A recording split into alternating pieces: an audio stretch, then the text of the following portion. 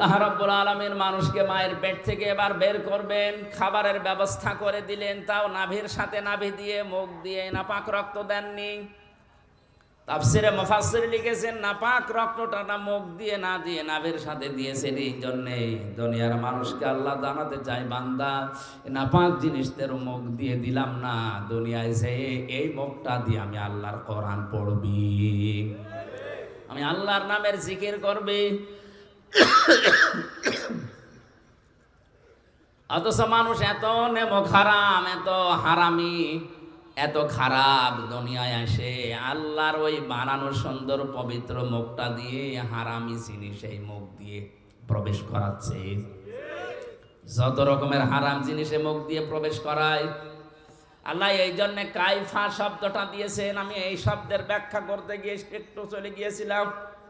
আল্লাহ বলেন কাইফা তাকফুরুনা বিল্লাহ, কেমন করে আমার সাথে নাফরমানি করো?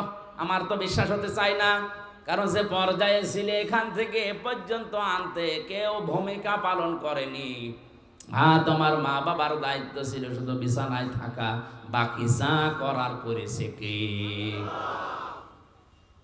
এতটুকু আল্লাহ শেষ করেননি। আল্লাহ রাব্বুল আলামিন বলেন মানুষদেরকে আমি মায়ের পেট